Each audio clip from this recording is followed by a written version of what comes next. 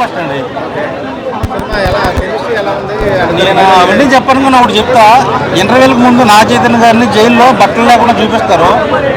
ఆ సీన్ చేయాలంటే ఏ హీరోకైనా గట్స్ ఉండాలి.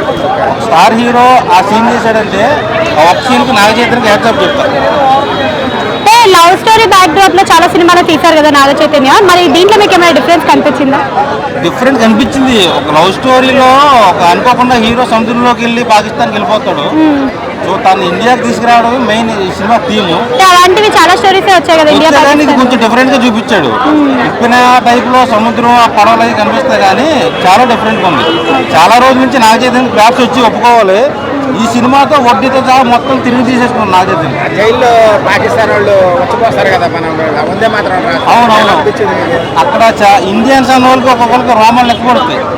మనమే వెళ్ళి కొట్టాలన్నంత అంత పవర్లో చూపించాడు చందుమొండెడ్డి. ఆ విషయంలో చందుమొండెడ్డి మెచ్చుకోవాలి. సక్సెస్ అయినట్టు చంద్రమోహన్. ఈ సినిమాతో బ్లాక్ బస్టర్ కొట్టారు ఇద్దరు. చాలా బాగుంది. నేనైతే 5కి 4 ఇస్తా. ఈ సినిమాకి రేట్. బీజిఎం ఎలా అనిపించింది మీకు? 3 సాంగ్స్ ఉన్నాయండి డిఎస్పీ గారు చేసినవి. 3 చాలా క్యాచీగా ఉన్నాయి. అందరూ నోటితో పాడుకునేలా ఉంటాయి. నేను అవన్నీ చెప్పను సార్. 100 crores పైన సినిమా కలెక్ట్ చేస్తుంది. నాగ చైతన్య గారి కెరీర్లో biggest block buster.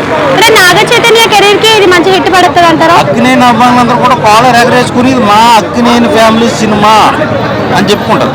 Thank you.